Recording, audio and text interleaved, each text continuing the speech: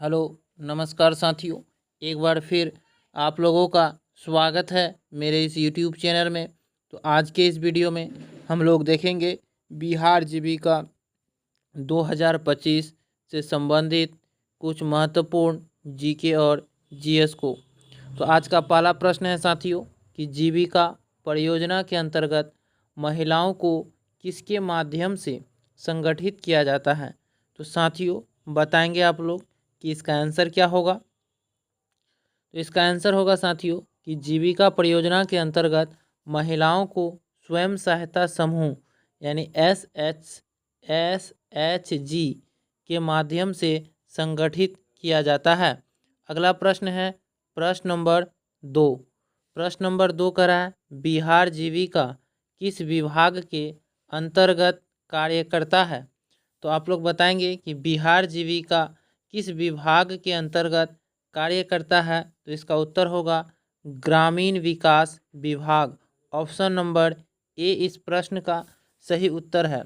साथियों बिहार जीविका एग्ज़ाम 2025 के लिए इस चैनल के माध्यम से आप लोगों को जीके और जीएस की संपूर्ण तैयारी करवाई जाती है। यदि आप सिलेक्शन लेना चाहते हैं साथियों तो इस चैनल के माध्यम से ज़रूर जुड़ें। अगला प्रश्न है प्रश्न नंबर 3। प्रश्न नंबर 3 कह रहा है जीविका परियोजना का प्रमुख फोकस किस वर्ग पर रहता है। तो इसका उत्तर होगा साथियों कि जीविका परियोजना का जो प्रमुख फोकस होता है वह महिलाएं और गरीब ग्रामीण परिवार पर। ऑप्शन नंबर बी इसका सही उत्तर होगा साथियों कि जीविका परियोजना का प्रमुख फोकस जो होता है वह महिलाएं और गरीब ग्रामीण परिवार पर होता है। अगला प्रश्न है प्रश्न नंबर 4। प्रश्न नंबर 4 कह रहा है वाल्मीकि राष्ट्रीय उद्यान कहाँ स्थित है। तो इसका सही उत्तर होगा साथियों कि बिहार में। साथियों वाल्मीकि राष्ट्रीय उद्यान जो है वह बिहार राज्य में स्थित है। साथियों बिहार राज्य की जो राजधानी है वह पटना में स्थित है। बिहार के मुख्यमंत्री श्री नीतीश कुमार हैं, इसे भी आप लोग याद रखेंगे। बिहार में जो जिलों की संख्या है 38 है, 9 प्रमंडल हैं और 101 अनुमंडल हैं, इसे भी याद रखेंगे साथियों। अगला प्रश्न है प्रश्न नंबर 5। प्रश्न नंबर 5 कह रहा है कि कान्हा राष्ट्रीय उद्यान किस राज्य में स्थित है। तो इसका सही उत्तर होगा मध्य प्रदेश में। साथियों कान्हा राष्ट्रीय उद्यान जो है वह मध्य प्रदेश राज्य में स्थित है।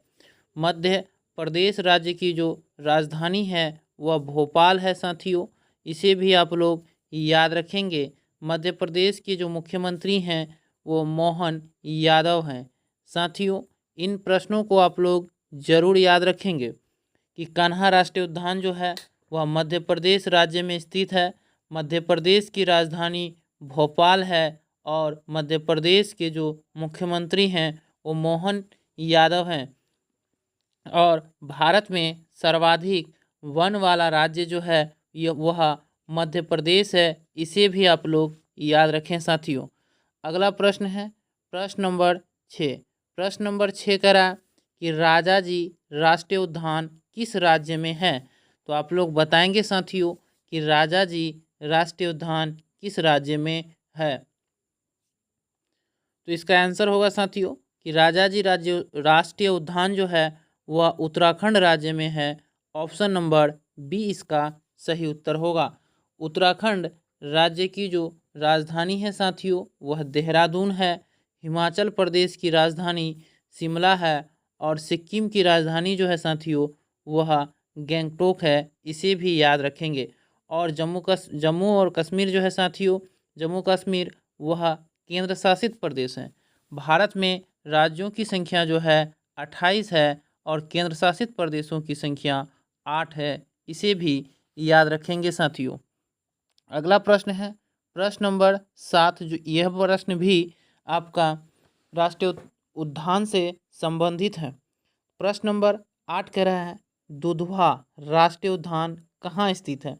तो आप लोग बताएंगे ज़रूर कि दुधवा राष्ट्रीय उद्यान कहाँ स्थित है। तो इसका सही उत्तर होगा साथियों कि दुधवा राष्ट्रीय उद्यान उत्तर प्रदेश राज्य में स्थित है। ऑप्शन नंबर बी इसका सही उत्तर होगा। उत्तर प्रदेश राज्य की राजधानी साथियों लखनऊ है।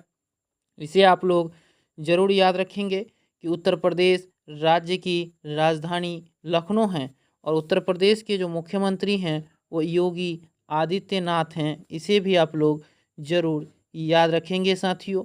भारत में सर्वाधिक जनसंख्या वाला राज्य जो है वह उत्तर प्रदेश ही है और सबसे क्षेत्रफल की दृष्टि से सबसे बड़ा राज्य राजस्थान है। इसे भी याद रखेंगे कि जनसंख्या की दृष्टि से भारत का सबसे बड़ा राज्य उत्तर प्रदेश है और क्षेत्रफल की दृष्टि से भारत का सबसे बड़ा राज्य राजस्थान है। इसे भी याद रखेंगे। अगला प्रश्न है प्रश्न नंबर 8। प्रश्न नंबर 8 कह रहा है साथियों कि मौर्य वंश की स्थापना किसने की थी। तो साथियों आप लोग इसका आंसर जरूर बताएंगे कि मौर्य वंश की स्थापना किसने की। तो इसका सही उत्तर होगा कि मौर्य वंश की जो स्थापना किया था वह चंद्रगुप्त मौर्य ने किया था। ऑप्शन नंबर ए इस प्रश्न का सही उत्तर होगा साथियों। चंद्रगुप्त मौर्य जो थे वो नंद वंश के शासक घनानंद को हराकर मौर्य वंश की स्थापना किया था। तो इसलिए 8 नंबर प्रश्न का सही उत्तर ऑप्शन नंबर ए होगा। अगला प्रश्न है प्रश्न नंबर 9। प्रश्न नंबर 9 है साथियों कि चंद्रगुप्त मौर्य ने किसकी सहायता से मौर्य वंश की स्थापना की। तो साथियों इसका सही उत्तर होगा कि चंद्रगुप्त मौर्य ने मौर्य वंश की स्थापना कौटिल्य यानी चाणक्य की सहायता से की थी। ऑप्शन नंबर ए इस प्रश्न का सही उत्तर होगा। अगला प्रश्न है प्रश्न नंबर 10। प्रश्न नंबर 10 कह रहा है साथियों कि यूनानी राजदूत मेगास्थनीज किसके दरबार में आया था। तो साथियों आप लोग बताएंगे कि यूनानी राजदूत मेगास्थनीज जो थे वह किसके दरबार में आया था। तो इसका सही उत्तर होगा चंद्रगुप्त मौर्य के दरबार में। ऑप्शन नंबर सी इसका सही उत्तर होगा। साथियों चंद्रगुप्त मौर्य के दरबार में यूनानी राजदूत मेगास्थनीज आए थे और मेगास्थनीज ने इंडिका नामक एक पुस्तक लिखा था।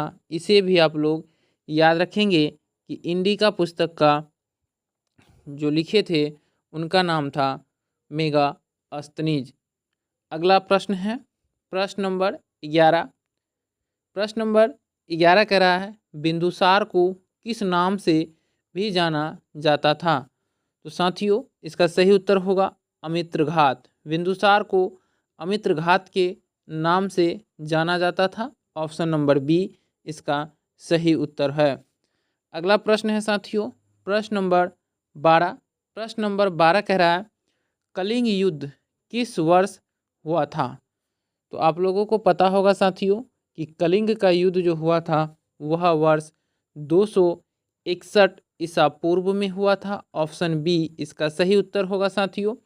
कलिंग युद्ध के बाद अशोक ने बौद्ध धर्म अपना लिया था और कलिंग का युद्ध जो है साथियों कलिंग का युद्ध के बाद अशोक ने बौद्ध धर्म को अपना लिया था।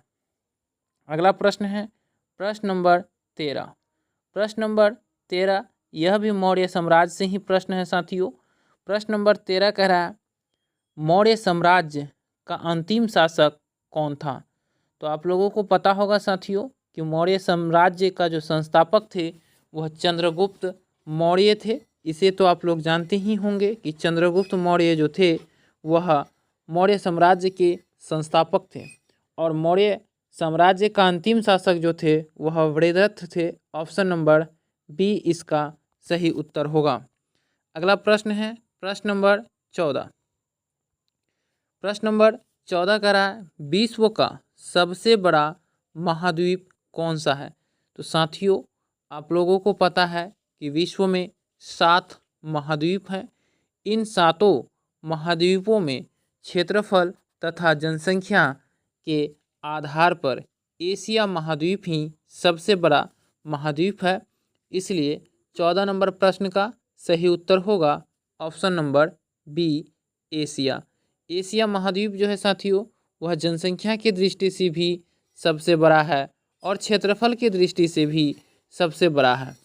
और ऑस्ट्रेलिया महाद्वीप जो है साथियों वह सबसे छोटा महाद्वीप है। इसे याद रखेंगे कि सबसे छोटा महाद्वीप ऑस्ट्रेलिया, सबसे बड़ा महाद्वीप एशिया। अब अगला प्रश्न है प्रश्न नंबर 15। प्रश्न नंबर 15 कह रहा है साथियों कि एशिया की सबसे बड़ी झील कौन सी है? तो इसका सही उत्तर होगा साथियों कैस्पियन सागर। कैस्पियन सागर झील जो है वह एशिया महाद्वीप की सबसे बड़ी झील है। ऑप्शन नंबर ए इसका सही उत्तर होगा। विश्व की सबसे ऊंची चोटी माउंट एवरेस्ट जो है साथियों वह भी एशिया महाद्वीप में स्थित है, जिसकी ऊंचाई 8,848 मीटर है। इसे याद रखेंगे। और नेपाल में इसे सागर माथा के नाम से जाना जाता है। यह भी एशिया महाद्वीप में ही स्थित है साथियों। अगला प्रश्न है प्रश्न नंबर 16। प्रश्न नंबर 16 कह रहा है पानीपत का प्रथम युद्ध कब हुआ था?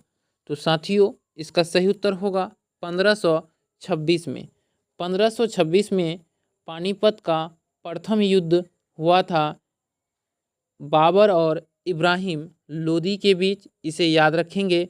पानीपत का दूसरा युद्ध 1556 में हुआ था साथियों अकबर और हेमू के बीच। और पानीपत का तीसरा युद्ध हुआ था 1761 में। इन तीनों को याद रखेंगे कि पानीपत का पहला युद्ध 1526 में हुआ था, दूसरा 1556 में हुआ था और तीसरा 1761 में हुआ था। 1526 में जब पानीपत का प्रथम युद्ध हुआ उसके बाद भारत में मुगल वंश की स्थापना बाबर के द्वारा किया गया था। अगला प्रश्न है साथियों प्रश्न नंबर 17। प्रश्न नंबर 17 कह रहा है दिल्ली सल्तनत का पहला शासक कौन था? तो इसका सही उत्तर होगा साथियों कि दिल्ली सल्तनत का जो पहला शासक थे वो कुतुबुद्दीन ऐबक थे। Option number B. Qutbuddin Aibak ने 1206 ईस्वी में दिल्ली सल्तनत में पहला शासक बने और इन्होंने गुलाम वंश का स्थापना किया था। गुलाम वंश के संस्थापक जो थे साथियों वो कुतुबुद्दीन ऐबक ही थे। कुतुबुद्दीन ऐबक जो थे इन्होंने कुतुब मीनार की नींव रखी थी। इसे भी याद रखेंगे कि कुतुब मीनार की नींव किसने रखा था? तो इसका उत्तर होगा कुतुबुद्दीन ऐबक और इसे पूरा करवाया था इल्तुतमिश ने। इसे भी आप लोग जरूर याद रखेंगे साथियों। अगला प्रश्न है प्रश्न नंबर 18। प्रश्न नंबर 18 कह रहा है 1857 के विद्रोह का नेतृत्व बिहार में किसने किया था? तो इसका उत्तर आप लोग बताएंगे साथियों कि इसका उत्तर क्या होगा।